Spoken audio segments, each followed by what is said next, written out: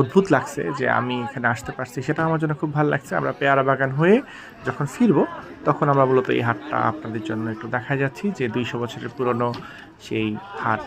তো যাই হোক, আপনারা যদি কেউ আপনার কি বলে ঝালকাঠিতে আসেন তাহলে অবশ্যই এই নৌকার হাট দেখে যাবেন। এখানে আপনি 2000 টাকা থেকে শুরু করে একদম অনেক দামি দামি নৌকা পাবেন। এখানে প্রায় প্রতিটা মৌসুমে প্রায় 1.5 কোটি টাকার নৌকা কেনা বেচা হয়। আপনারা বুঝতেই পারছেন নৌকার কোন লেভেলের চাহিদা।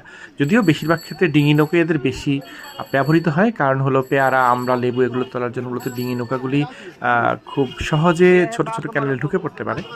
তো আপনারা যারা আসছেন তারা হয়তো জানেন যে এখানে কি টাইপ ছোট ছোট ক্যানেলে মূলত এই নৌকাগুলি চলে।